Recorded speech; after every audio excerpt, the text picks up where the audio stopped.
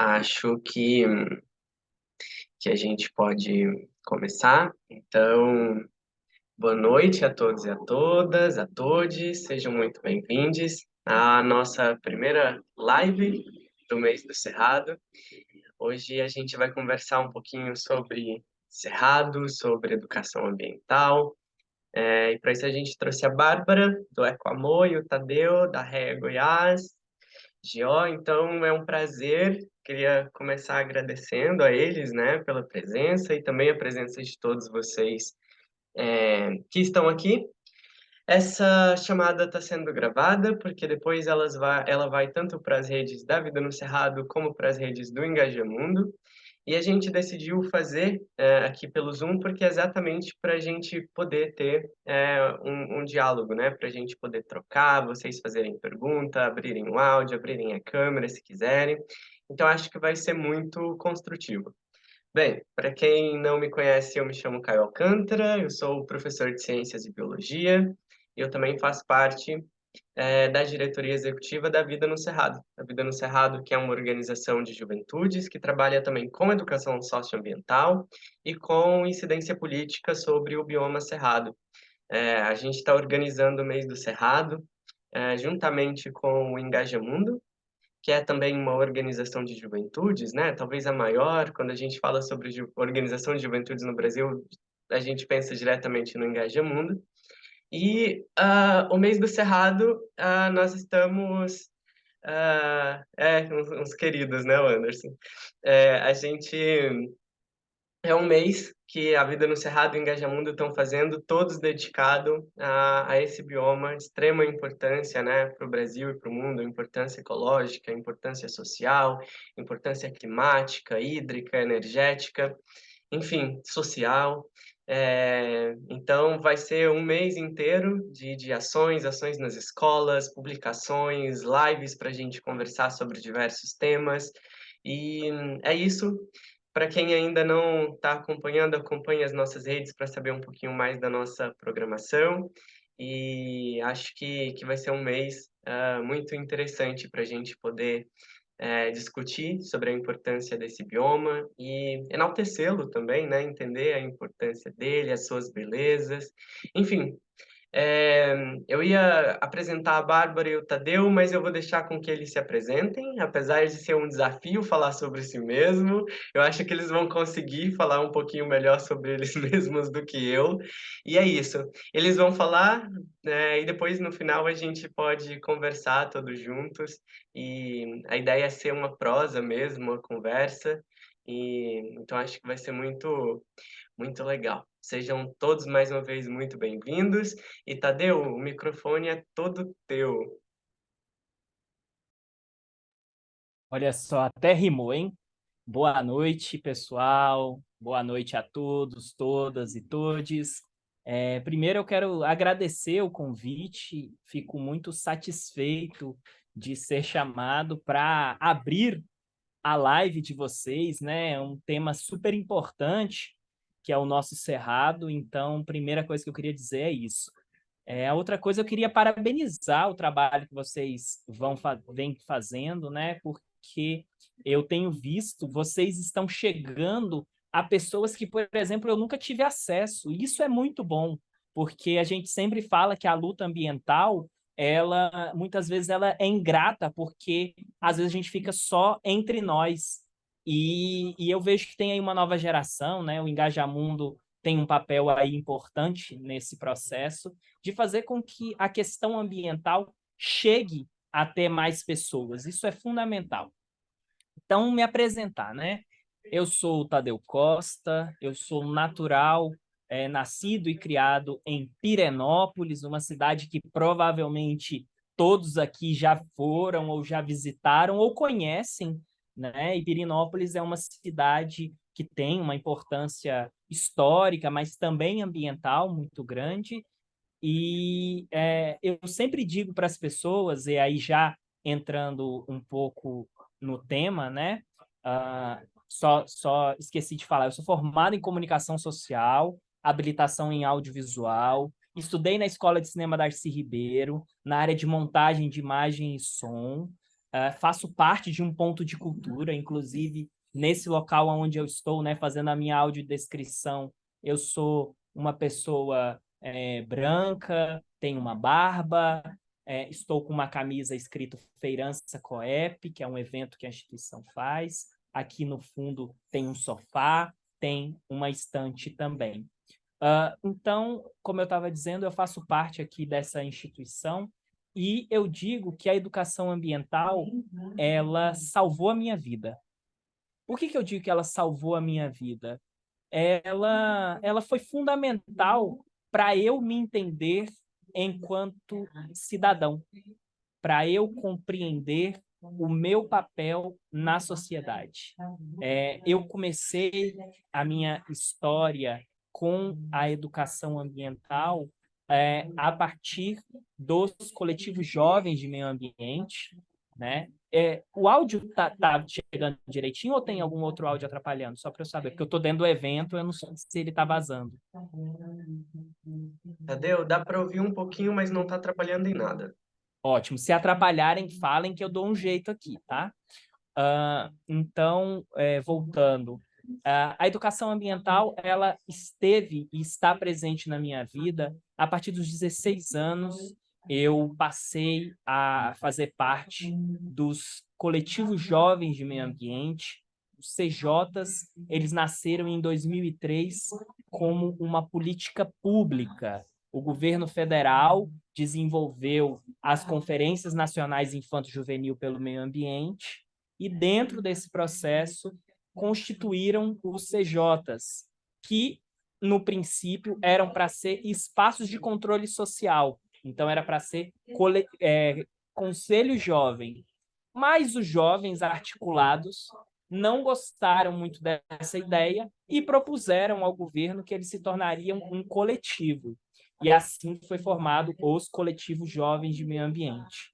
Depois disso, um grupo de jovens se reuniu e dialogou com outras organizações de juventude. Na época, o Engajamundo ainda estava, digamos assim, ainda nascendo, e foi formado a Rejuma, que é a Rede de Juventude pelo Meio Ambiente, tá? E Sustentabilidade.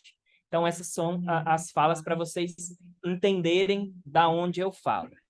Os coletivos jovens, eles foram organizados a partir de alguns lemas, alguns princípios, que era jovem educa jovem, jovem escolhe jovem, uma geração aprende com a outra.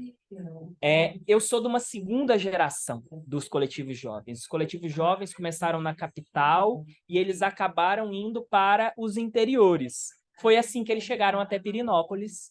E quando eles chegaram em Pirenópolis, eu acabei vindo participar do movimento, acabei me tornando um coordenador local, depois me tornei um coordenador estadual dos coletivos jovens e depois acabei alcançando uma função nacional de articulador nacional do Centro-Oeste dos coletivos jovens. E a gente vivia um certo dilema, que eu acho que vários que estão aqui já passaram por isso, que é aquele dilema entre a gente fala ou a gente faz. E eu quero dizer para todos, principalmente das organizações, que tanto os que falam quanto os que fazem, eles são fundamentais. O grande desafio são as organizações conseguirem incluir as pessoas nesses processos. Incluir da melhor forma possível, entendendo suas potências e suas habilidades. Tá? Por que eu estou falando isso? Porque isso, para mim, tem a ver com a educação ambiental.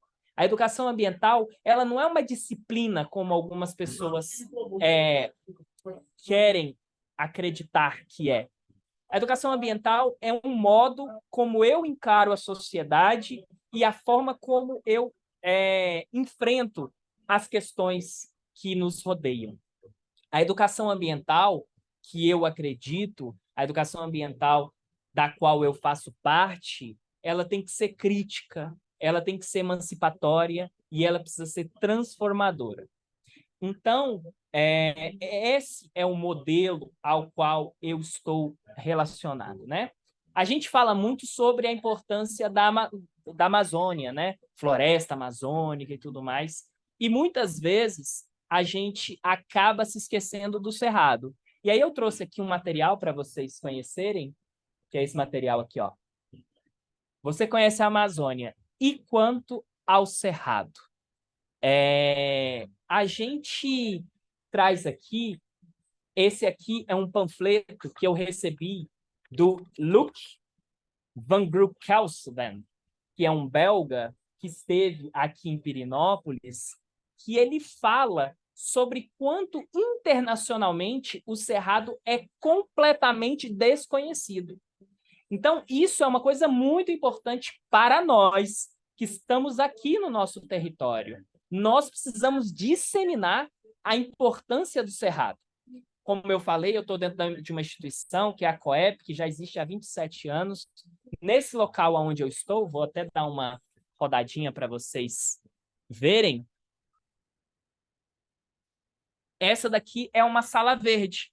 A sala verde foi é um programa do governo federal, através do Ministério do Meio Ambiente.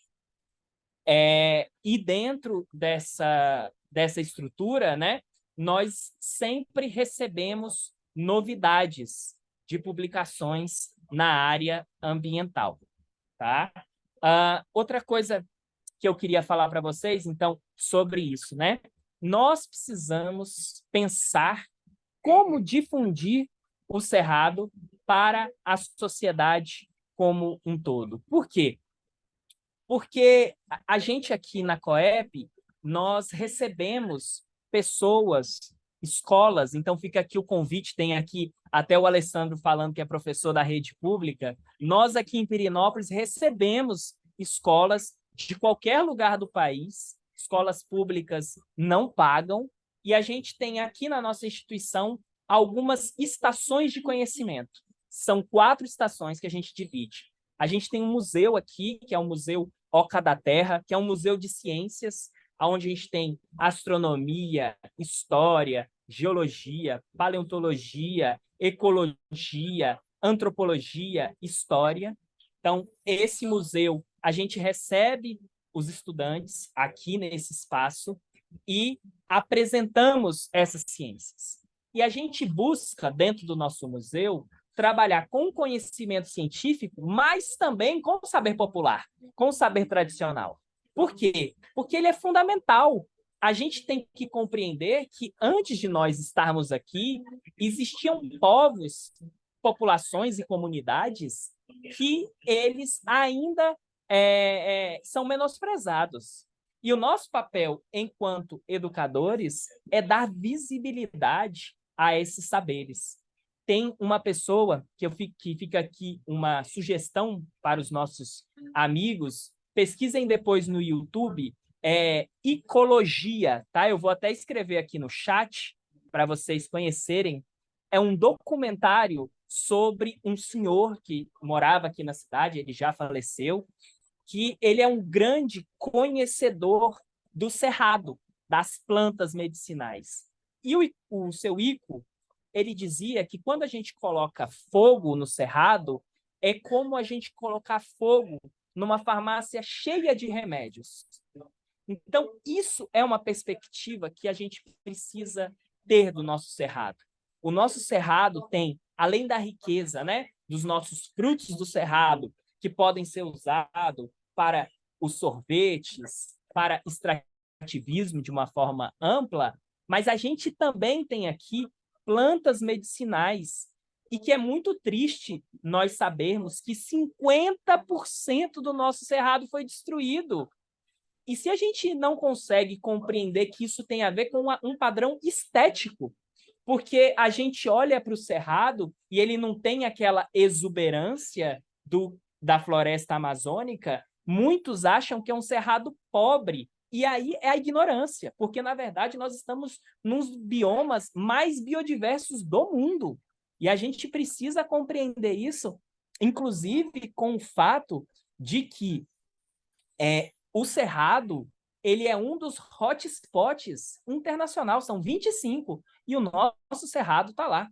E, inclusive, 2 remanescentes importantíssimos a Chapada, né, dos Veadeiros, e aqui, a Serra dos Pirineus, porque ainda conserva remanescentes, né, de áreas verdes aí, que são fundamentais para o nosso ambiente, para o nosso equilíbrio. E aí também, entrando um pouco, né, nesse nosso assunto sobre as mudanças climáticas, né, a relação do Cerrado com as mudanças climáticas. Uma das ações que a Coep tem em Pirenópolis é qual? É a nossa Brigada de Combate a Incêndio Florestal Gavião Fumaça, que nasceu há 3 anos atrás. Ela nasceu, depois vocês podem pesquisar aí, seguir na rede social, gente. Coep é @coep.piri. Escrevi errado ali, coep.piri. E também tem a Brigada, lá pelo nosso site, pelo nosso Instagram. Vocês vão entrar lá e vão ver o nosso trabalho, né? Então, qual que é o meu papel dentro da Brigada? Eu não sou a pessoa que vai lá combater o fogo. O meu papel é fazer a coordenação de apoio logístico. Ou seja, é garantir as condições para que os brigadistas que são voluntários possam ir com condições dignas. O que significa isso? Conseguir alimentação para eles, conseguir transporte, conseguir gasolina, conseguir isotônico.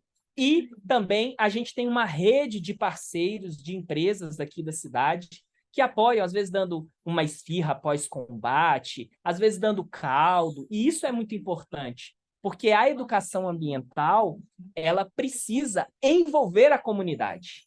E aí é onde eu falo novamente sobre essa perspectiva da educação ambiental crítica, emancipatória e transformadora. A educação ambiental precisa ser coletiva, ela precisa engajar, como vocês aqui, né, do Engaja Mundo, ela precisa engajar as pessoas. Ela precisa fazer com que as pessoas entendam o que está escrito lá na nossa Constituição, que diz que todos somos responsáveis pelo meio ambiente. É uma responsabilidade compartilhada. Isso é mudança de paradigma, porque a gente está muito acostumado não, é o governo que vai resolver. E a gente não toma as nossas atitudes, porque nós, enquanto cidadãos, temos o nosso papel. Qual que é o nosso papel? O nosso papel em relação ao mundo, né? Então, por exemplo, se eu sou uma pessoa que digo preservar o meio ambiente e tudo mais, qual que é a minha relação quando eu estou dirigindo um carro? Eu ando em alta velocidade? Quando é, por exemplo, períodos de amanhecer ou anoitecer, eu estou ligado na estrada para ver se tem algum animal silvestre passando? Não sei se vocês sabem, aqui no nosso museu a gente tem vários esqueletos. Os nossos animais, eles são atropelados o tempo todo, e às vezes famílias inteiras, né? Aqui em Pirenópolis a gente teve uma briga lá no passado, porque um antigo governador que a gente teve no nosso estado queria asfaltar a estrada que vai para a Serra dos Pirineus. E nós nos levantamos contra isso. Primeiro, porque a gente sabe que isso não funciona, e segundo, por conta de toda essa visão, né? E nesse momento, aqui em Pirenópolis, nós estamos enfrentando pressões de capital, de grandes empreendimentos que querem construir time-sharings ao longo da Serra dos Pirineus. E por que nós somos contra? Nós somos contra porque isso vai afetar a qualidade de vida dos moradores e toda a nossa biodiversidade. O nosso plano diretor, e aí é algo que eu falo a partir também da minha história, né? Uma das lutas que a gente teve enquanto coletivo jovem foi lutar pelo plano diretor lá em 2002, porque teve processo de revisão e tudo mais. E a gente está de novo num processo, e agora em relação também ao plano de manejo da área de proteção ambiental da Serra dos Pirineus. Porque a água que nós bebemos em Pirenópolis, parte dela é captada dentro do Rio das Almas. E a gente tem que compreender isso, entender que a natureza, ela não é como nós definimos a partir de quadrado. Não, aqui é Goiás, aqui é Anápolis, aqui é Goiânia. Não, a natureza está tudo conectada. E essa é uma perspectiva que a gente precisa ter, até mesmo para entender as mudanças climáticas. Porque se a gente, aquela velha ideia, né? Pensar global, agir local. Hoje não dá mais para a gente só agir local. a gente tem que pensar como que a gente vai agir a nível de região. Porque o que acontece no Rio das Almas, em Pirenópolis, vai afetar Ceres, vai afetar Rialma, vai afetar todo o curso do rio, né? E uma coisa que a gente também sempre fala quando as crianças aqui vêm, a gente fala, olha, uma nascente, ela é como se fosse um recém-nascido. O que você precisa dar para ela? Você precisa dar alimento, proteção e cuidado. Então, se a gente mata uma nascente, a gente está matando uma parte do nosso rio. E quantas nascentes que já perderam as suas matas ciliares, que são fundamentais na proteção, que inclusive vai ser a nossa ação enquanto brigadista, é proteger esses locais mais frágeis, esses locais que são mais vulneráveis, porque a gente também precisa compreender que o cerrado ele se adaptou ao fogo.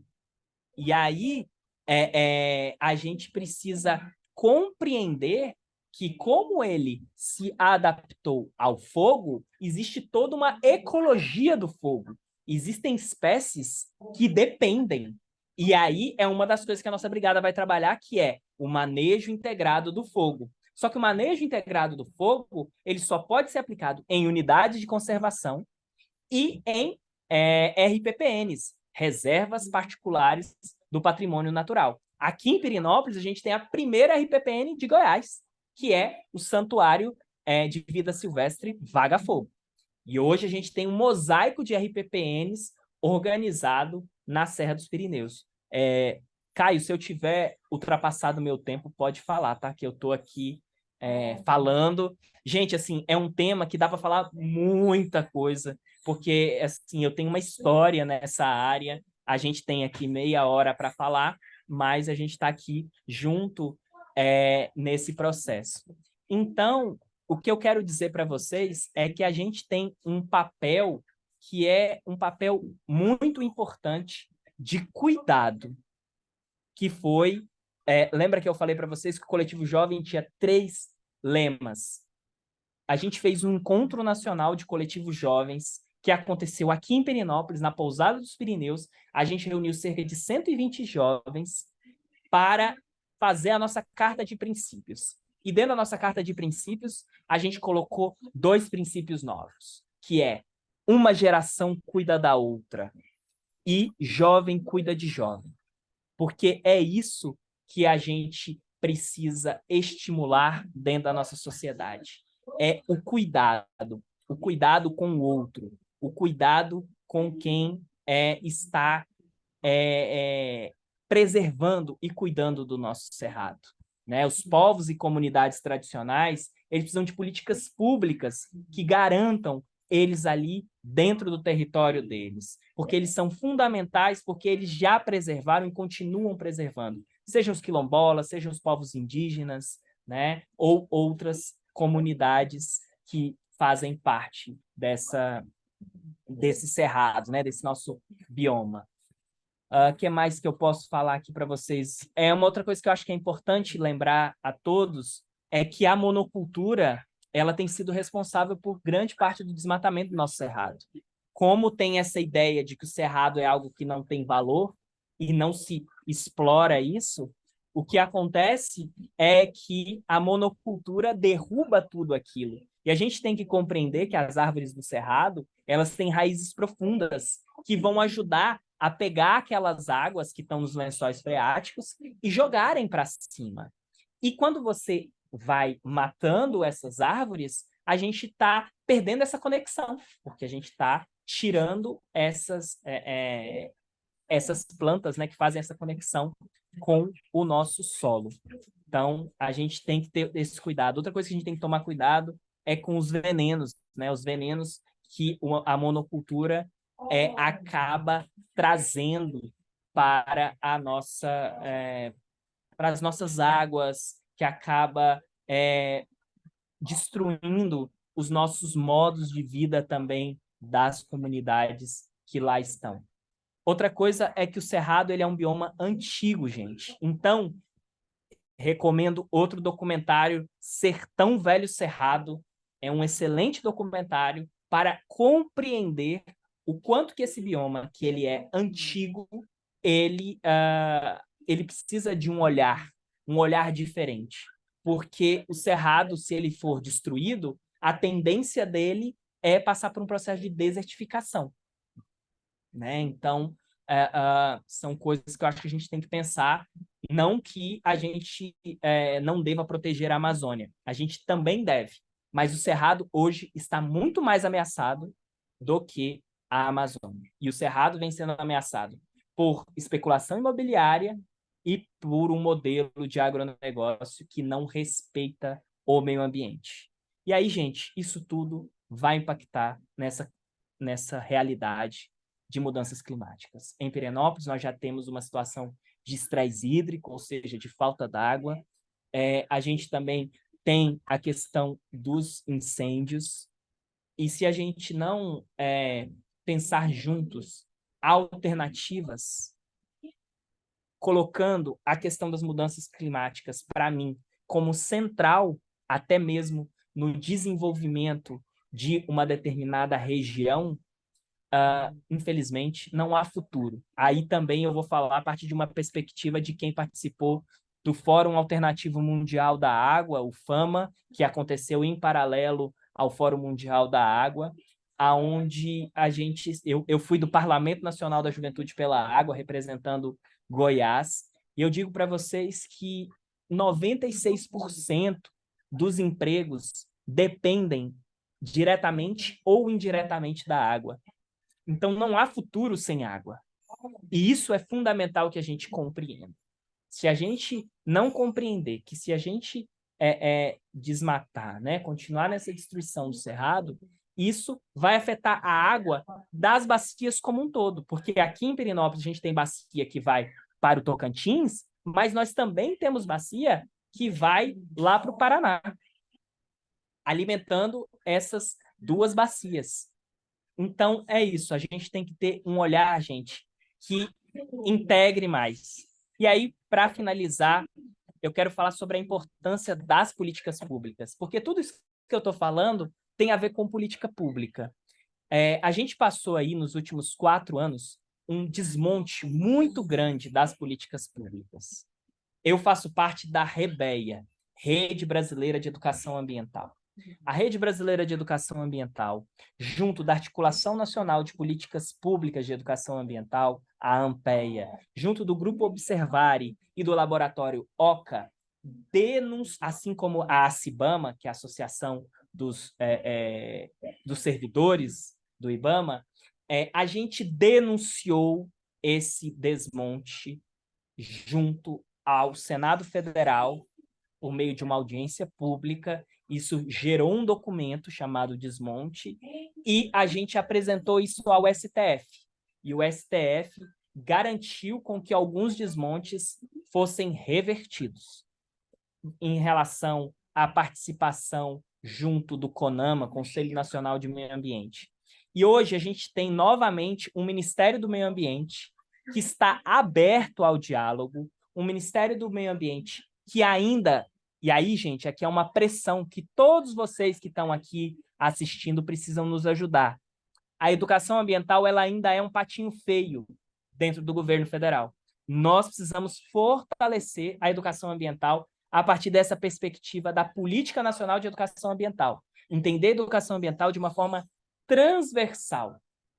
Por quê? Porque se a gente fizer essa pressão, se a gente mostrar que a educação ambiental ela é importante, a gente vai ter melhores condições.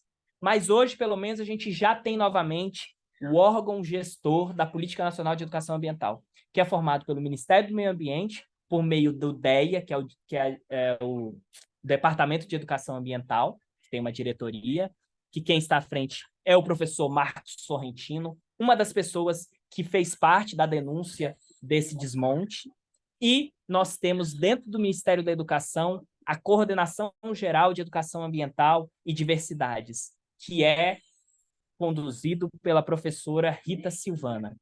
Então, e eu estou representando dentro do órgão assessor, né, dentro desse órgão gestor, eu estou como representante da Rede Brasileira de Educação Ambiental. E o que que é rede? Rede é isso, gente. Isso aqui que a gente está formando é uma rede. Então, eu também aproveito aqui o espaço para convidar aos participantes a fazerem parte das redes de educação ambiental que existem dentro dos territórios. Existem redes que são temáticas, que trabalham com temas, como eu falei, a Rejuma, que precisa do fortalecimento de mais jovens, como também outras redes, que são as redes territoriais, como é o caso da Rede de Informação e Educação Ambiental de Goiás. Outra coisa que eu queria falar para vocês, para finalizar, é que está aberto pelo Ministério do Meio Ambiente 2 editais. Um edital são os Centros de Cooperação e Educação Socioambiental. Vão ser contemplados 5 organizações. São projetos voltados para organizações e que ele foi pensado, isso é que eu acho mais interessante, que essa organização ela tem que ter diálogo. Ela tem que ter diálogo com o município, tem que ter diálogo com o Estado, tem que ter diálogo com a universidade. Isso mostra a diferença de governo que tem um compromisso com a política pública. E eu digo para vocês que é um governo aberto às sugestões. Nós que somos jovens, quer dizer, eu não sou mais, mas eu já fui, fiz parte dessa luta, eu quero dizer para vocês que existe um programa que a gente precisa chamar a atenção. Eu sei que vocês têm uma pauta, que é a pauta do Conselho Nacional de Juventude e Clima, né? Mas também tem uma questão muito importante, que é um Programa Nacional de Juventude e Meio Ambiente, que não existe mais. Antes, a gente tinha uma diretoria de juventude e meio ambiente dentro do Ministério do Meio Ambiente. Hoje não existe mais isso. Os jovens perderam espaço dentro do governo. É muito importante que os jovens sabendo disso, ajam como influenciadores para que a gente, de fato, consiga construir políticas públicas para quem mais precisa. E eu quero, de novo, parabenizar as pessoas que são mais velhas, dizem que não tem muita esperança com a geração mais nova. Eu quero dizer para vocês que eu não penso assim. Eu vejo o trabalho que vocês têm e eu acompanho e eu acho que vocês conseguem chegar a mais pessoas com uma linguagem diferente, com as poses que vocês promovem, com o modo de vocês fazerem, que eu acho que é muito importante para mostrar para as pessoas que política não é uma coisa que a gente apenas vai lá, vota no nosso representante de 4 em 4 anos, ou às vezes de 2 em 2 anos. A política ela está no dia a dia, as nossas escolhas. A gente está aqui hoje, numa segunda-feira, à noite, é política. A gente escolheu estar aqui, como eu escolhi fazer essa transmissão aqui dentro desse espaço, rolando uma atividade lá fora, mas eu tinha que estar aqui para poder trazer essa mensagem. Para finalizar, gente, na Coep, toda terça-feira, se vocês estiverem aqui por Pirinópolis, a gente faz um cineclube, e aí é um mecanismo que eu sugiro para as organizações adotarem, que é assistir filme e conversar sobre o filme. Uma das coisas, eu sou uma pessoa extremamente crítica a esse modelo de produção e consumo que a gente tem, o capitalismo. Uma das coisas que a gente precisa fazer é conversar. Esses espaços aqui de trocas, eles são fundamentais. O Tratado de Educação Ambiental para Sociedades Sustentáveis e Responsabilidade Global, ele diz o seguinte: somos todos educadores, somos todos aprendizes.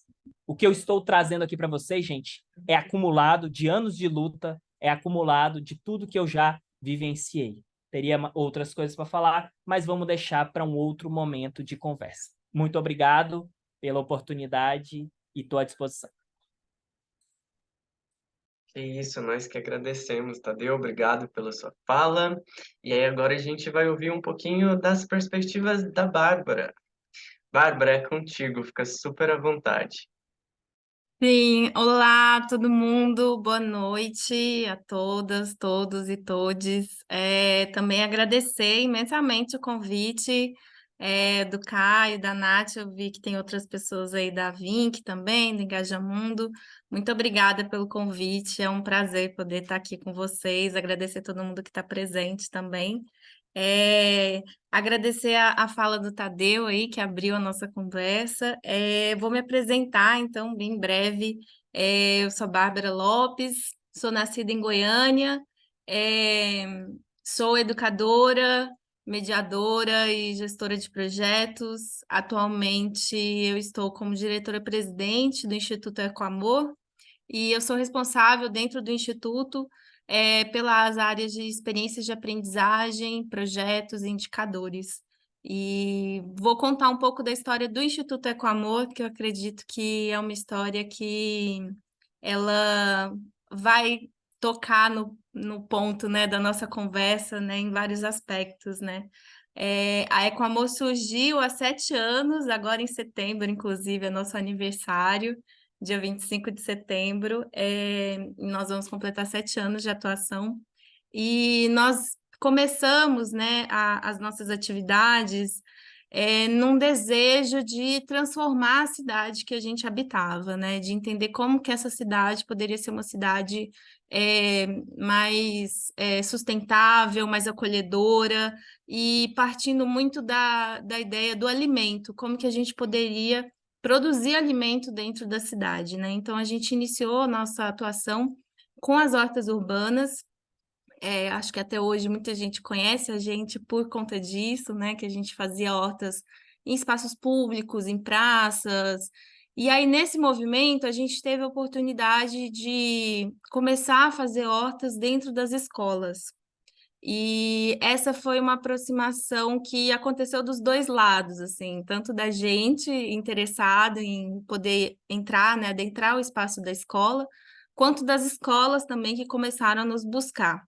E é muito curioso, assim, porque foi, na verdade, uma aproximação que transformou o nosso trabalho, assim, né? Hoje a gente entende que a nossa atuação, ela está diretamente relacionada com a educação. A nossa missão, ela é promover uma educação transformadora, comprometida com o impacto socioambiental positivo e o fortalecimento de territórios e comunidades.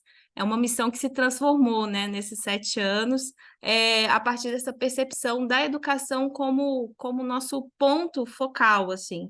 E justamente por entender que dentro das escolas a gente conseguiria, né, construir um trabalho que fosse continuado, porque esse era um dos nossos principais desafios, né, no começo, quando a gente fazia essas hortas urbanas, que também foi um grande aprendizado, assim, para a gente, que a gente mobilizava um grupo enorme de voluntários, mobilizava insumos, equipamentos, ferramentas, ia, fazia um dia de horta, implementava uma horta, e dali alguns meses essa horta estava abandonada.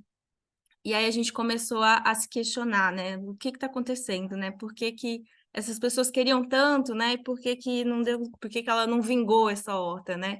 E aí a gente começou a entender que existia uma necessidade de dar uns passos para trás e trabalhar com fortalecimento comunitário, de entender que existia uma necessidade de fazer um trabalho de sensibilização com essa comunidade, para depois fazer uma horta, né? A horta, ela é um grande desejo das pessoas, principalmente nas escolas, ainda é um ponto de desejo e de construção, muitas vezes, da educação ambiental dentro das escolas, mas a gente começou a olhar com mais atenção para esse processo de sensibilização. E então, quando a gente entrou para as escolas, a gente entendeu que isso também era fundamental, porque a gente também estava falando de comunidades escolares, e de um entendimento de que todas as pessoas que atuam dentro de uma escola, elas são pessoas educadoras. A gente não está falando só com professora e professor. A gente está falando com a pessoa que prepara o alimento, a gente está falando com a porteira, a gente está falando com quem está no administrativo. Todas essas pessoas são pessoas educadoras e elas devem ser consideradas em todo e qualquer processo educativo que a gente construa dentro de uma escola. Então, a gente começou a ampliar o olhar dos nossos projetos para contemplar essa diversidade de comunidades escolares e entendendo que ali existia uma potência de um trabalho continuado. Mas também é isso, vem também muitos desafios nesse processo.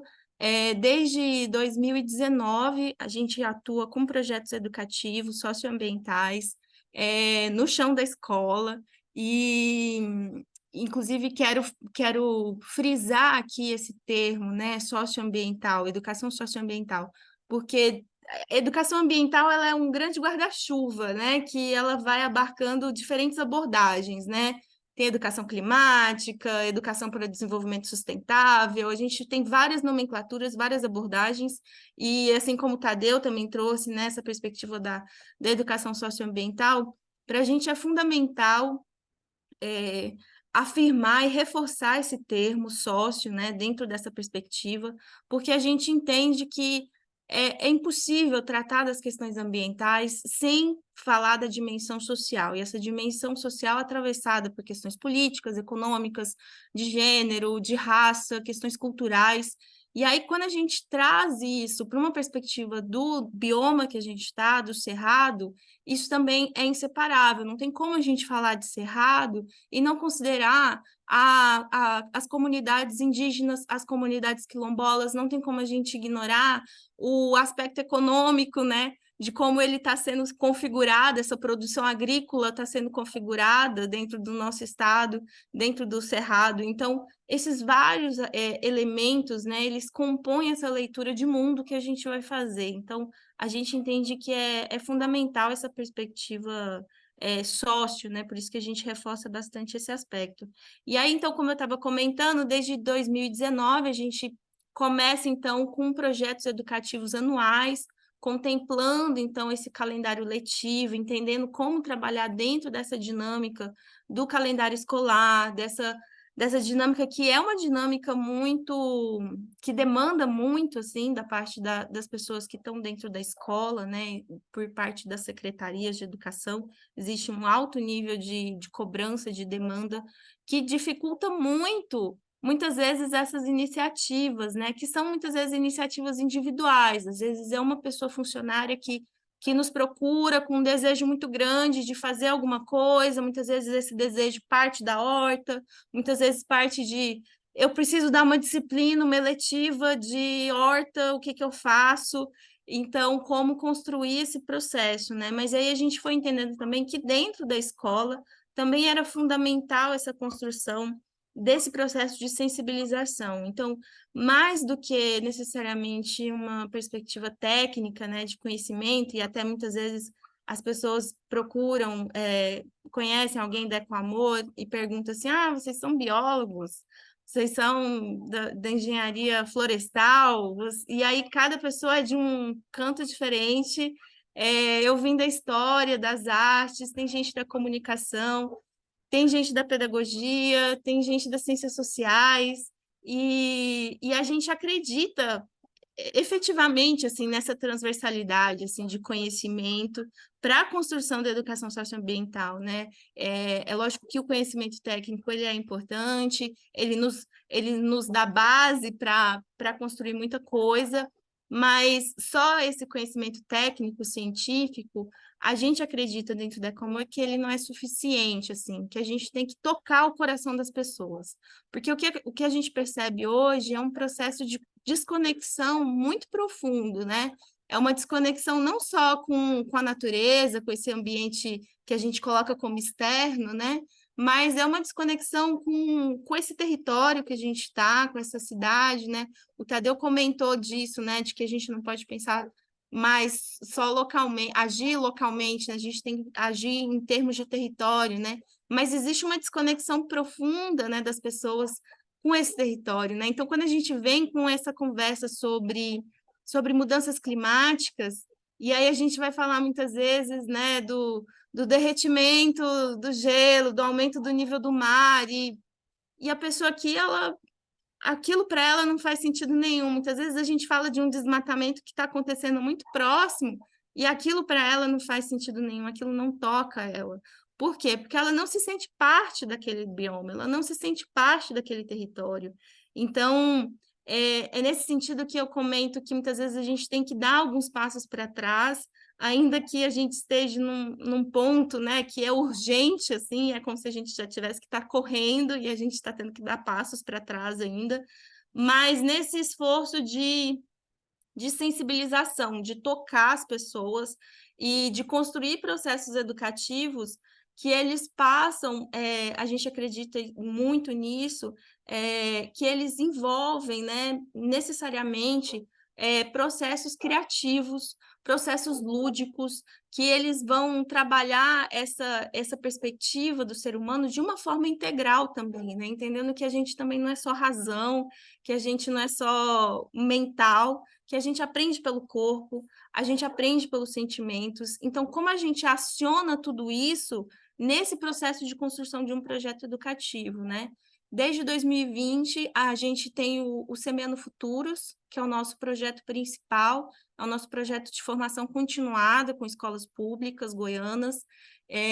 A gente começou ele em Goiânia e foi expandindo para alguns municípios, né?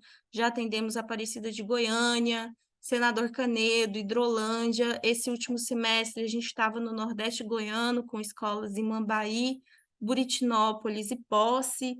E em cada um desses municípios, a gente vai entendendo, né, essas relações que essas comunidades escolares, que essas pessoas têm ou não com o Cerrado. O Cerrado, ele também foi ganhando força dentro dos nossos projetos. Inicialmente, ele também não era um tema que a gente falava tão diretamente, mas ele foi ganhando cada vez mais protagonismo. E eu percebo isso até nessa questão dessas datas, né? Porque quando a gente começou a atuar com as escolas, e ainda hoje, né? A gente percebe que essa educação ambiental dentro das escolas, ela acontece muitas vezes de uma forma muito pontual. É um evento, é uma ação, aí arruma lá um monte de muda de árvore para plantar a árvore no dia da árvore.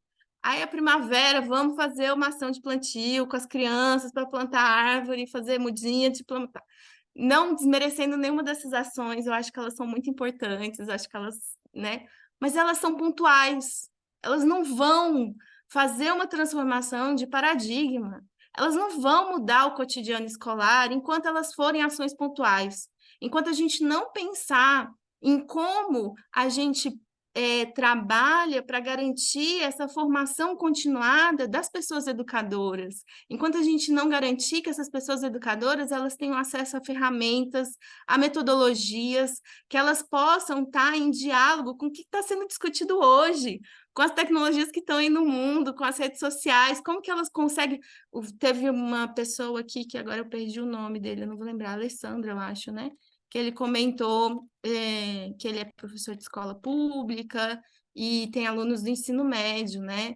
E aí você vai conversar com essa galera dessa idade, e aí é isso, né? O quanto a sua formação te deu ferramentas, metodologias atualizadas com o que essa geração está aí olhando, pensando, conversando, né?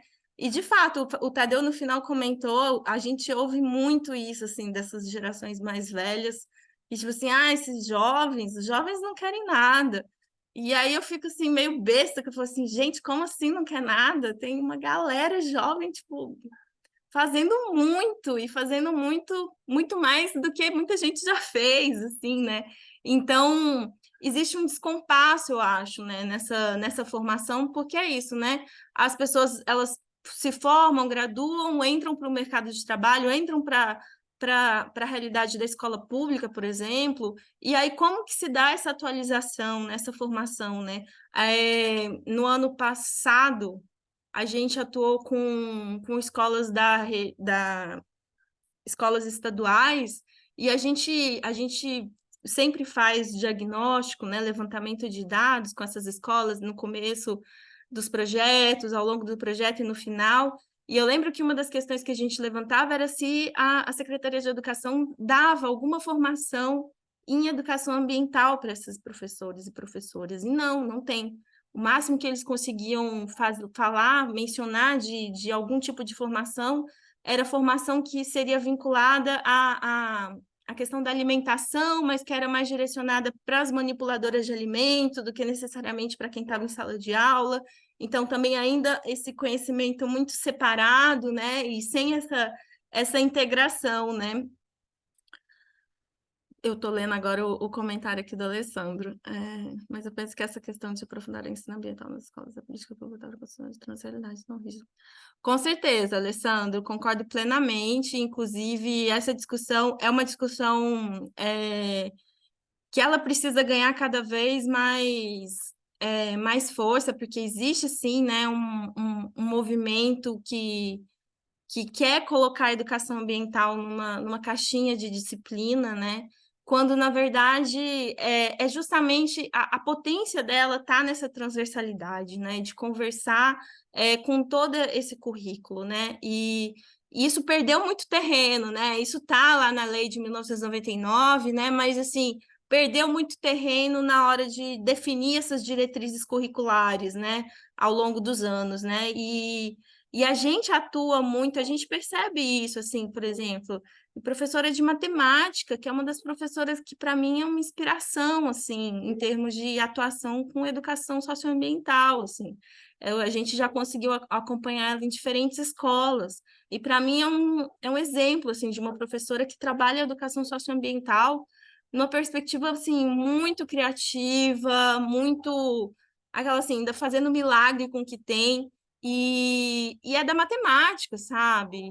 É uma disciplina que geralmente as pessoas não associam, né? Porque elas associam com ciências, com geografia, e aí por isso que a gente reforça também muito isso desse lugar das pessoas educadoras, né? De como a gente também pode ampliar isso para além desse olhar de disciplina e envolver a comunidade escolar como um todo, né? Como um todo. Porque se isso não está efetivamente no cotidiano da escola, a gente não vai estar falando de mudança, de impacto de médio e longo prazo.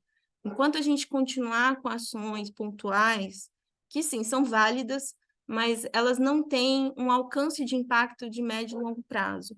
Então, eu acredito que isso é um ponto muito fundamental. Sim, Alessandra, a gente também já teve professoras da área de geografia, de biologia. No ano passado, a gente teve alguns que também atuavam com ensino médio, tivemos professores de história, sociologia. Para mim, quanto mais diverso, variado, mais incrível é esse diálogo assim, que a educação socioambiental permite, né? E aí, um ponto também que eu gostaria de trazer é quando a gente pensa nessas mudanças climáticas, né? Eu acho que é muito importante também a gente situar esse debate dentro do nosso bioma, né? De entender assim, o que é essa mudança climática no Cerrado, né? A gente está falando do quê, né? A gente está falando desse desmatamento, a gente está falando das altas temperaturas, a gente está falando desse período de estiagem maior, mas qual que é o impacto disso, né? Existe um impacto na produção, na produtividade agrícola, na produção dos alimentos, isso impacta no preço do alimento que ele vai chegar no supermercado, isso vai impactar, essa escassez hídrica também pode impactar o custo de energia. Então, eu acho que existe uma necessidade, quando eu falo desse lugar, dessa sensibilização, é muito também nesse sentido, assim, de como a gente constrói essa reconexão das pessoas, né? De como uma pessoa que está em Goiânia, que está dentro de um contexto urbano, como que ela se conecta com esse território, esse bioma cerrado, né? Como que ela se percebe como parte disso, né? Porque isso é uma coisa que a gente observa, né? Trabalhando... Não, Alessandra, tá ótimo. Inclusive, daqui a pouco eu vou parar de falar, porque eu quero conversar com vocês. Então, aí a gente abre logo a roda de vez, assim. A gente percebe isso, por exemplo, nas escolas, né?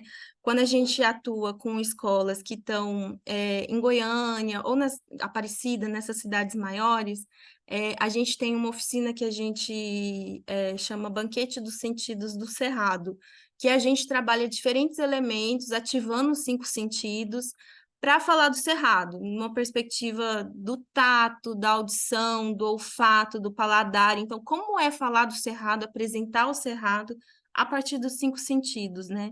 Sem estar dando tanto enfoque para a visão, que é o que a gente mais dá atenção, né? Normalmente, né? E aí é muito curioso, a gente venda as crianças, os adolescentes e faz toda uma brincadeira ali com esses elementos. E aí é muito curioso de perceber que as crianças e os adolescentes que estão nessas cidades, nessas urbanidades, assim, né, principalmente nessas cidades maiores, existe um desconhecimento muito grande desses elementos e que nem são elementos, assim, digamos, dos mais raros do Cerrado. E às vezes um ou outro que vai ter uma recordação assim, esse cheiro aqui parece que a minha avó come isso, e aí é tipo jatobá. Esse cheiro aqui parece que tá me lembrando alguma comida, aí é piqui. E aí, quando a gente vai para escolas que estão em municípios menores, ou mesmo escolas da zona rural, a gente tem um nível de identificação desses elementos do cerrado incrivelmente maior. Mas, ao mesmo tempo, eles não reconhecem isso como um conhecimento válido, como um conhecimento importante. Eles não reconhecem isso como um conhecimento tão importante quanto a matemática que eles estão aprendendo na escola. Então, existe um descompasso aí, né? Eles têm um repertório gigantesco desse território que está ali ao redor deles, que está no quintal da casa deles, que eles convivem diariamente, que é um repertório que quem está dentro da cidade, dessas cidades maiores, não tem mais, já perdeu, é mais difícil de acessar.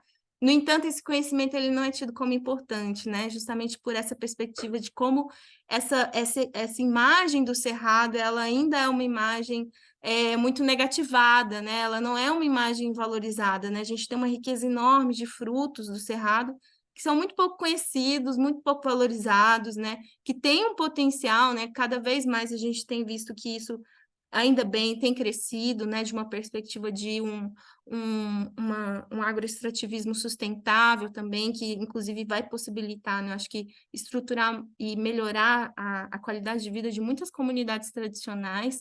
Mas é isso, a gente ainda existe esse descompasso, assim, da gente aqui na nossa bolha, né? Saber da importância disso, mas ali no chão da escola, isso ainda não ser considerado como um conhecimento tão válido assim, tão importante, né? Então, como que a gente consegue ir construindo isso? Por isso que para Ecoamor, esse processo ele é muito dentro de um processo lúdico, a nossa metodologia ela trabalha muito a partir dessa perspectiva, de uma tríade cabeça, coração e mãos, de como pensar esse ser humano de uma forma integral, de como construir atividades dentro de uma abordagem que seja criativa, que seja lúdica, para a gente conquistar as pessoas, para a gente fazer as pessoas se reencantarem pelo cerrado, se reencantarem pelo território, pela natureza, né? A gente acredita que esse é um caminho possível, né? Tem vários outros, né? A gente acredita muito nesse caminho, né? E eu não sei se eu estou esquecendo alguma coisa, mas eu sugiro que a gente abra para conversa, abra para o diálogo, para quem quiser trazer alguma pergunta, algum comentário. Eu fui vendo que foi subindo mensagens aqui no bate-papo, eu não consegui acompanhar. Vou aproveitar e Boa, pegar Bárbara. água. Tá ótimo. Obrigado pela sua fala. Foi incrível te ouvir, assim como foi incrível ouvir o Tadeu. É, E a gente abre agora para as perguntinhas de vocês, comentários. Enfim, gente, podem ficar à vontade para falar. Só vou pedir que levantem a mão para a gente poder organizar ou mandem aqui no chat, né? Caso vocês queiram, não queiram abrir o microfone, mas se for abrir é só vir aqui no íconezinho do emoji e em levantar mão. É isso, a roda está aberta. Quem quer fazer algum comentário, falar alguma coisa?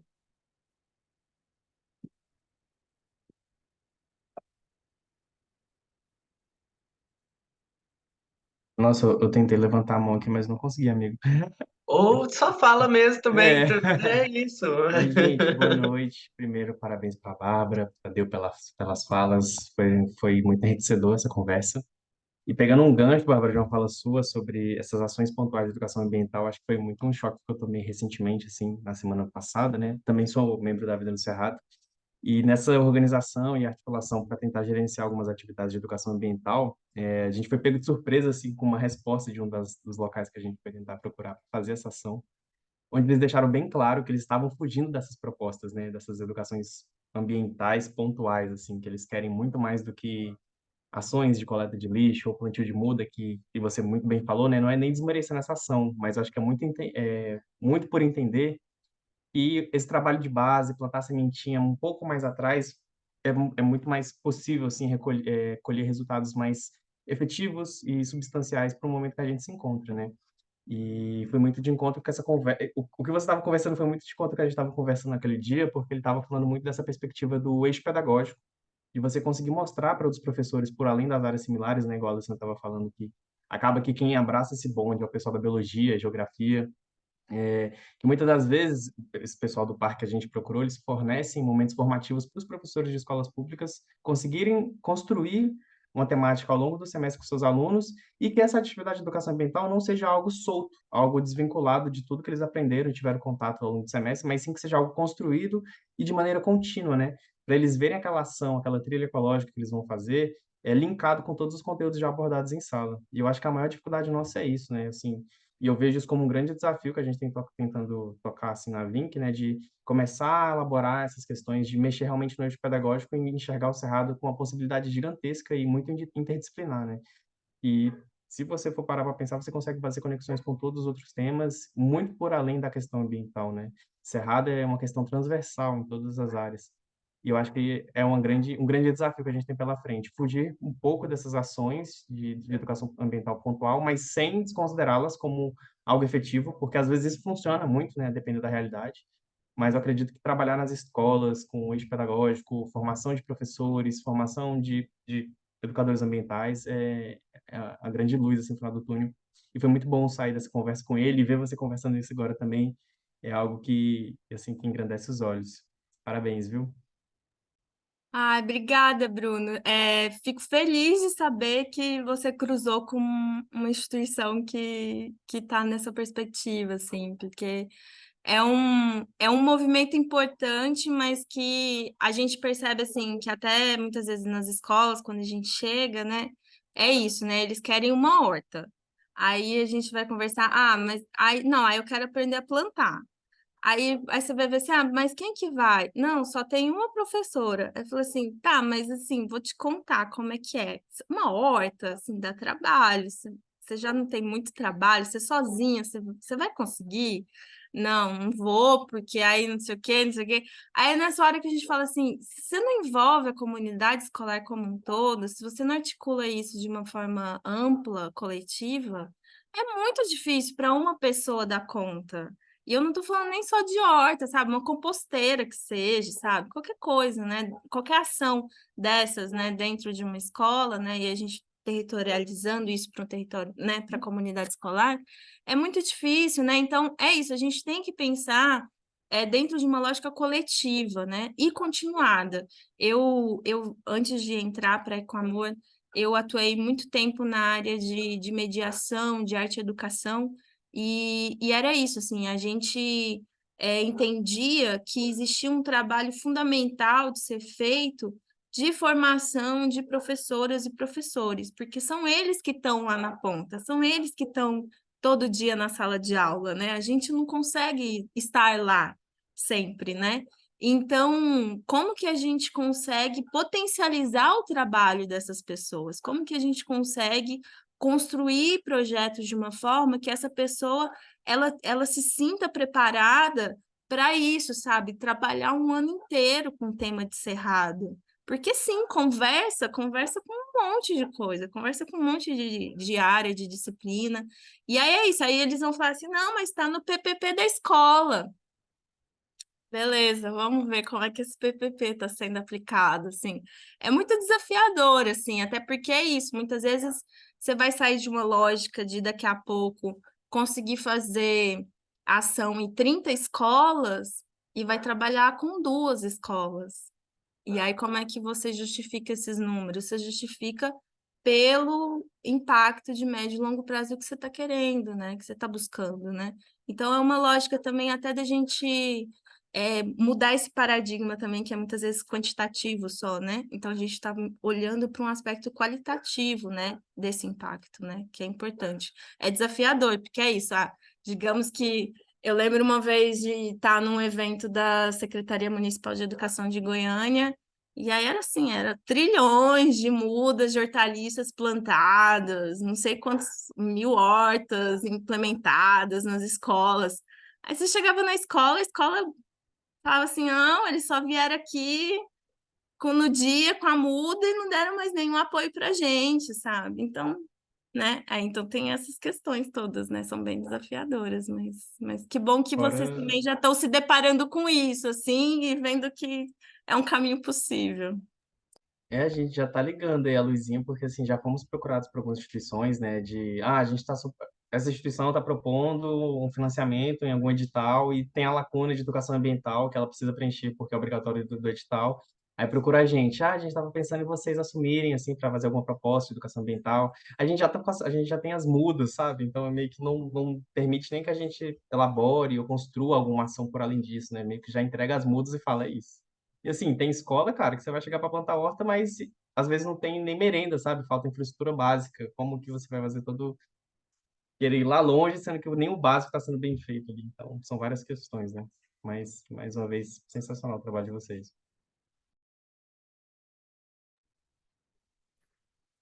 Boa noite a todos. Está me ouvindo? Tá? Sim, Marcelo, boa noite. Tudo bem? Prazer estar participando aqui com vocês. Eu sou da Geografia lá da UFG, sou mestrando lá, né? E sou professor da rede pública do Estado, né? Inclusive, eu coloquei uma pergunta aí, depois eu queria saber mais a respeito do pessoal aí da organização, né?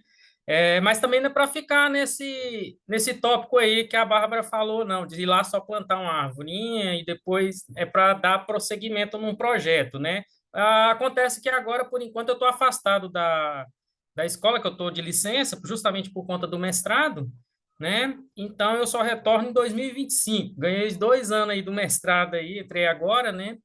E aí eu estou afastado. Aí eu só queria fazer só uma pontuação aí na fala, tanto do Tadeu quanto da Bárbara colocaram aí a respeito, né?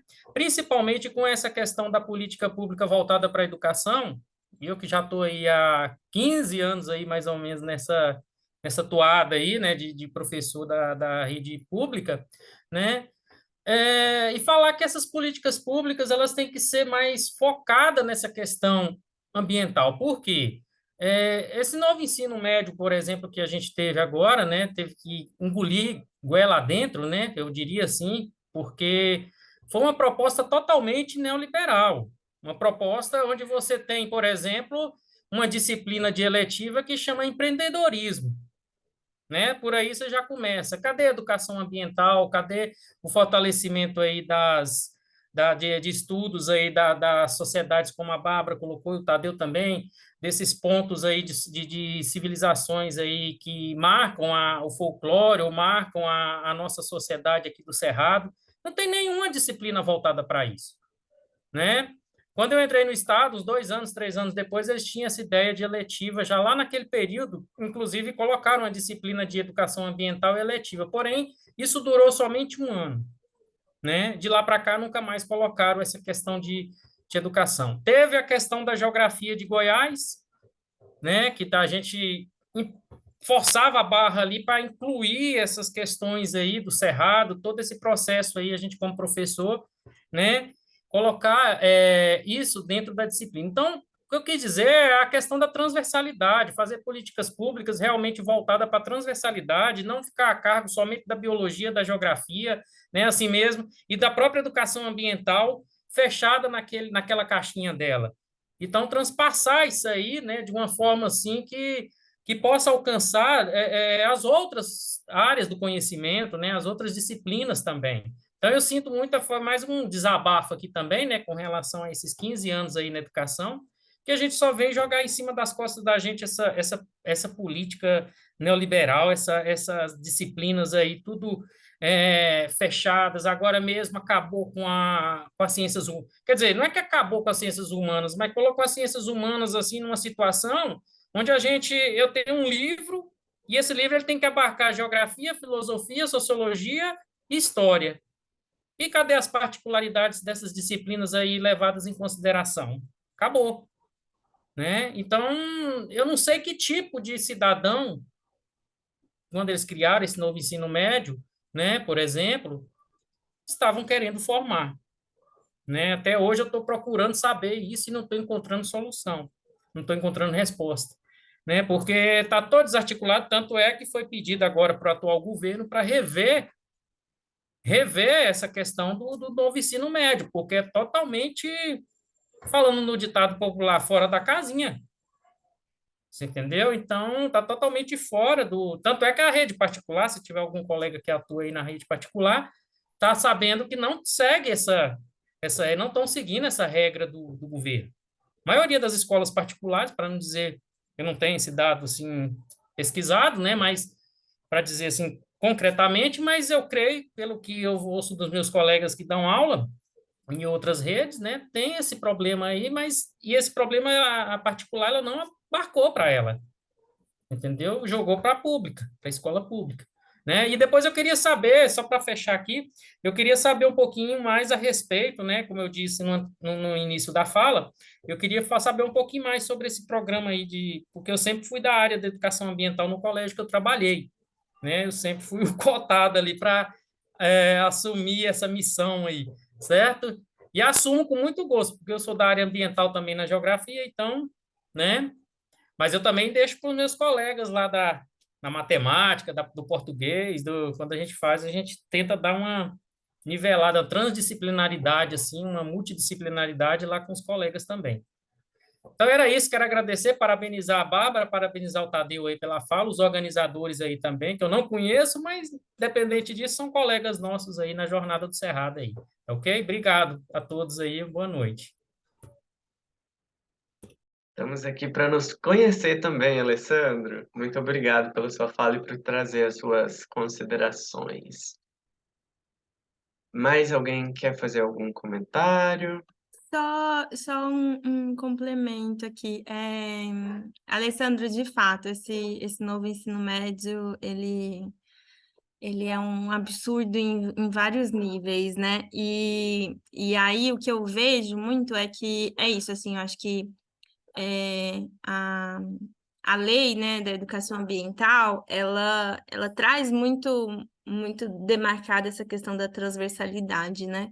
Mas depois veio todo um processo de definir essas diretrizes curriculares, né? Para o ensino fundamental, para o ensino médio foi o último, né, inclusive. E aí essa transversalidade ela foi perdendo muito terreno, né? Então, que dirá o cerrado, né? Que dirá essa discussão que eu acho que ela ainda é mais recente, né? A gente estava até falando dessas ações pontuais e aí essas datas, por exemplo, né? Eu vejo que elas vão ganhando força, né? Antes eu não via tanto pessoal falando de cerrado em setembro, né? Falava de primavera. Aí agora tem a data também em junho, de Mundial do Meio Ambiente. Aí as pessoas começam a fazer coisas também em junho, né? Que é isso, acaba que a gente também aproveita isso para jogar mais luz nos debates e nas discussões, mas existe de fato esse movimento e é muito discrepante também como isso chega para a educação pública e como isso chega para a educação privada, né? Porque é muito desnivelado, né? E aí, só comentando da parte da Ecoamor, que eu não sei se você estava perguntando especificamente para cada um dos projetos, mas a gente geralmente trabalha com recortes, assim, dependendo do projeto, né? Então, por exemplo, no primeiro semestre, a gente estava com esses 3 municípios do Nordeste goiano, atendendo escolas do ensino da educação infantil e ensino fundamental da rede pública.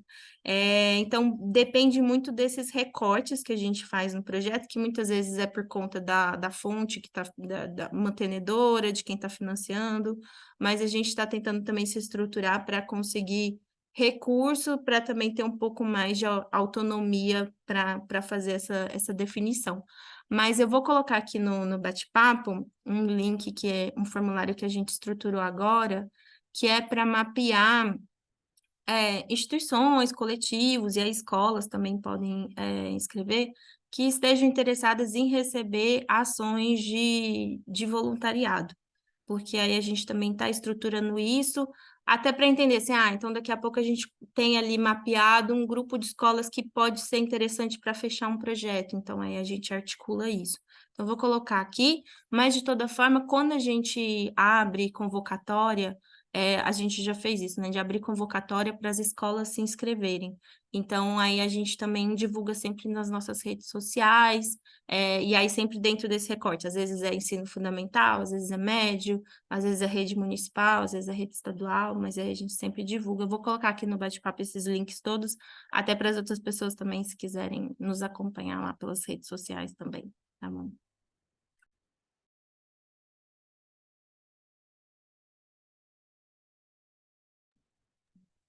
Foi, Alessandro, eu não sei se eu entendi bem a sua pergunta, se você puder refazer, eu estou aqui ouvindo, mas eu estou aqui no evento também, até aproveitar aqui para mostrar para vocês, ó.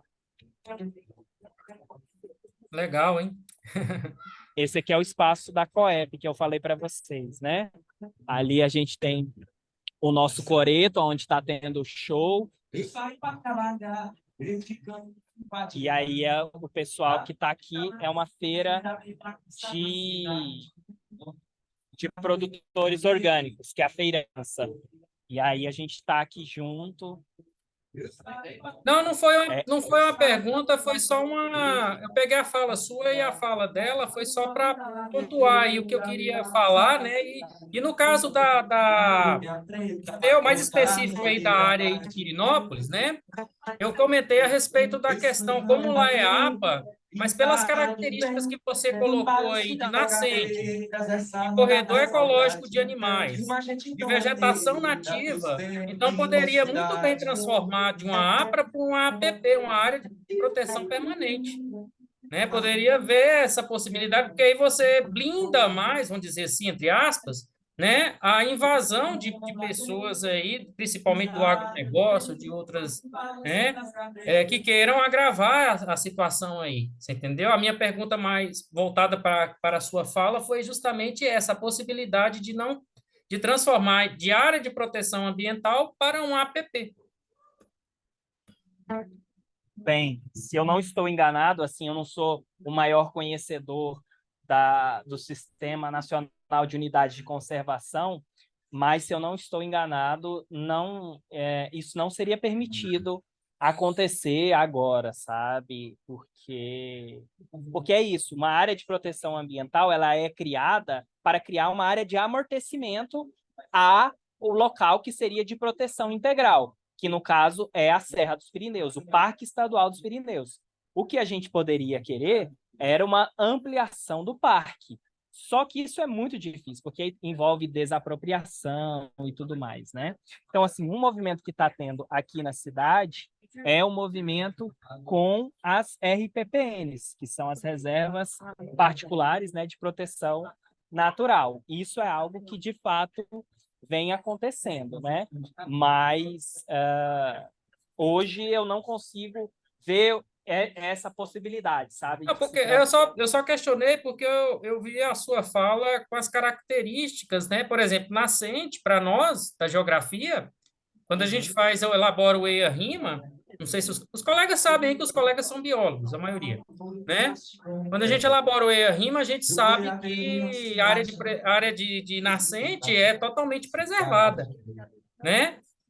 Poderia, às vezes, transformar, mesmo quem seja numa área particular, poderia ser uma área de proteção permanente. Inclusive, isso aí ia refletir até mesmo na cobrança do ITR, se for o Imposto Territorial Rural, ou imposto que o próprio proprietário particular tem da área, que é uma RPPN, transformar numa APP, por exemplo. Aí eu não sei, é você que é Então, o conhecedor aí da... mas assim, a questão é igual você falou, próximo à nascente não se pode construir, mas mesmo assim as pessoas constroem, né? A gente teve aí o Código Florestal, que ele ajudou com que acontecesse mais desmatamento em áreas que antes, digamos assim, estavam intactas, né? Então é um desafio, e é como eu falo, assim, aí é o trabalho da educação ambiental, é fazer com que as pessoas compreendam, porque quantas pessoas que às vezes quando compram um lugar, qual que é a primeira ação da pessoa? É pegar e desmatar tudo, sabe? A gente tem aqui alguns casos que a gente já viu, lugares que tinha piqui, caju do cerrado, que a pessoa vem, derruba tudo e constrói em cima e depois vai lá e planta algumas coisinhas, sabe? Então, essa lógica é uma lógica que precisa mudar, né? E eu acho que é um pouco isso, assim, a gente precisa compreender o que a gente está fazendo do nosso planeta. Porque, assim, eu tenho uma visão, que eu não vou dizer que ela é otimista, mas é uma visão realista. Que essa questão da mudança climática, isso já é uma realidade. Né? E a questão é, como é que a gente vai se adaptar a essa realidade? A gente vai continuar fazendo as mesmas coisas? A gente vai ficar com um modelo de educação que é dividido em caixinha? Ah, não, isso aqui, gente, é cerrado. Isso aqui é geografia. Isso aqui é português. Não funciona. É simples assim. E é por isso que a escola muitas vezes é desinteressante para o jovem. O jovem vai lá, entra na internet e encontra tudo o que ele quer e de forma muitas vezes articulada, né? Então, o que a gente tem que fazer como mediadores do conhecimento, né? O senhor é professor, é fazer com que o jovem desperte para querer conhecer mais sobre aquilo, para que ele busque entender como a ação dele dentro da localidade dele pode ter impacto em mais lugares, né? Então, esse é o desafio, é fazer com que a, a, a educação ela se torne interessante. E eu acho que ela só vai se tornar interessante, eu te digo isso pela experiência que a gente tem aqui, né? A Bárbara trouxe o exemplo da ludicidade, nós aqui também trabalhamos com a ludicidade, né? Dentro do processo das Conferências Nacionais Infanto-Juvenil pelo Meio Ambiente, ao qual a última conferência foi em São Paulo, e eu fui um facilitador dela, isso marca a vida das pessoas. A gente tem que fazer coisas que marquem a vida das pessoas, né?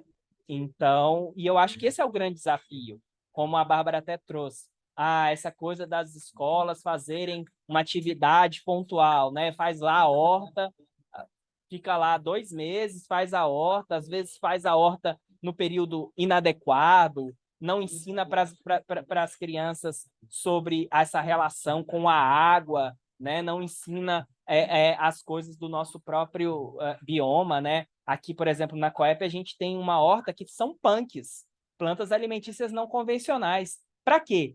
Para fazer com que os jovens conheçam o que é, de fato, a coisas que a gente pode acrescentar na nossa dieta, né? No nosso dia a dia, né? Na nossa alimentação. Quantas hortas que a gente conhece que, infelizmente, é um professor que tem a ideia e que não consegue engajar de fato os estudantes. Aí fica lá o projeto da horta, mas aí não tem sentido, né? As coisas têm que fazer sentido. É igual quando faz separação de resíduo. A gente tem que fazer reparação de resíduo não como igual uma gincana, como algumas pessoas querem, mas para as pessoas entenderem que a separação ela é fundamental porque existe um catador que está lá na ponta e que ele é fundamental, ele é essencial, porque ele muitas vezes faz mais educação ambiental que qualquer um de nós junto, porque ele está ali no dia a dia garantindo que aquele aterro, que aquele lixão tenha uma sobrevida maior, né? Então a gente precisa valorizar essas figuras, que é o que a gente fala, né? Existe um certo racismo ambiental em relação a determinados temas, né? Então a gente precisa olhar para esses trabalhadores, para essas pessoas que lidam no dia a dia com o meio ambiente e valorizar eles, né? Eu acho que esse é um desafio que nós temos. E eu acho que espaços como esse nos possibilitam a que a nossa voz chegue a mais pessoas e as pessoas reflitam sobre, de fato, como é que eu estou agindo dentro da minha realidade. O que eu, enquanto professor, posso fazer diferente, né? Esse é o desafio. Boa, gente, nosso tempo está esgotado aqui em 3 minutos. Não quero impedir vocês de descansarem, mas é isso. Gostaria de agradecer a presença de todos. Bárbara, Tadeu, foi muito bom ouvir vocês. Foi ótimo conhecer um pouquinho mais dos trabalhos que vocês estão fazendo.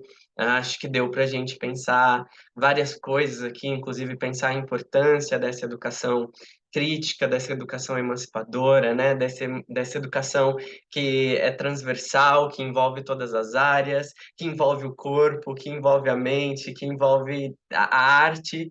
É super importante pensar nisso de modo amplo, de modo junto. É muito importante pensar isso coletivamente também. Eu acho que esse momento aqui é só o início de um diálogo, né? O pessoal deixou as redes sociais aí.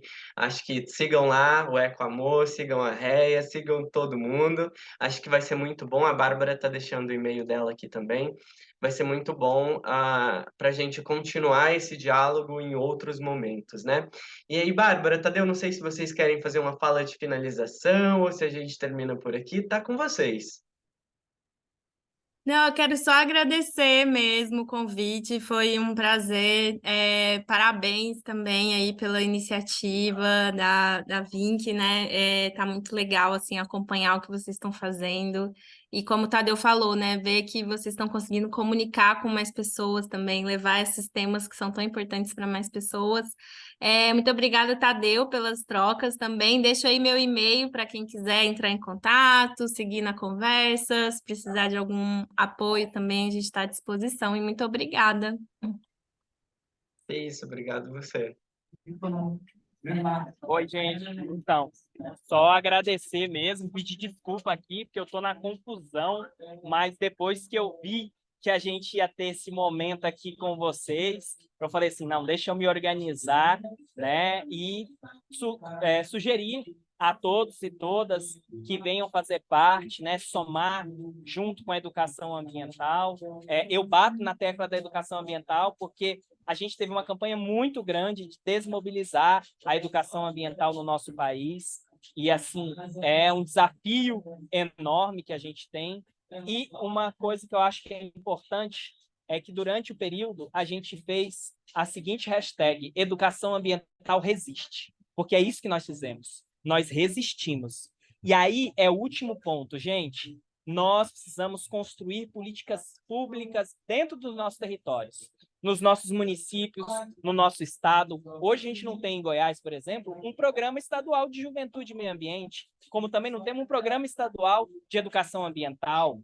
A gente não tem dentro dos municípios também programas municipais de educação ambiental. E a gente precisa disso para que a gente faça com que, de fato, a educação ambiental se capilarize dentro dos territórios.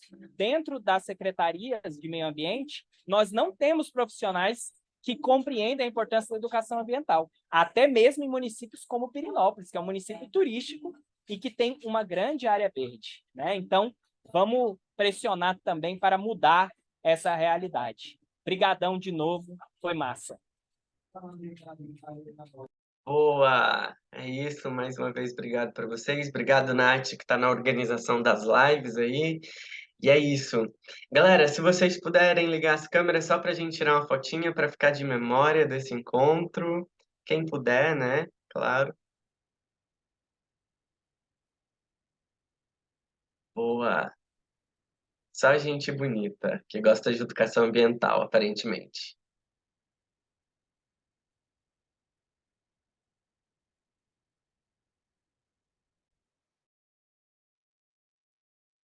É isso, deixa eu ver. Deu certo? Acho que a Ana Carolina tá ligando a câmera dela, que é o nome desapareceu. Opa, mais um. Bandinho. Anders. Todos se escondendo, olha só o povo mais bonito, nem para aparecer antes, gente. Como assim? A Dana falou que parece que tá Tudo dando bem. erro. Vamos É nessa. isso, então vamos lá. Sorriam. X. É isso, gente. Muito obrigado para vocês. Obrigado, valeu, gente. Só E a responder gente o se vê na Carlos próxima. rapidinho. Carlos, a gente não tem nenhum grupo específico para essa ação no WhatsApp, mas segue a gente nas redes, ali é sempre espaço de debate, muita conversa. Eventualmente, se dali se destrinchar algum outro grupo de comunicação, a gente te informa, tá bom? É isso. Mas valeu pelo interesse. Tchau, gente. Boa noite para vocês. Tchau, tchau. Obrigado. Obrigada, gente.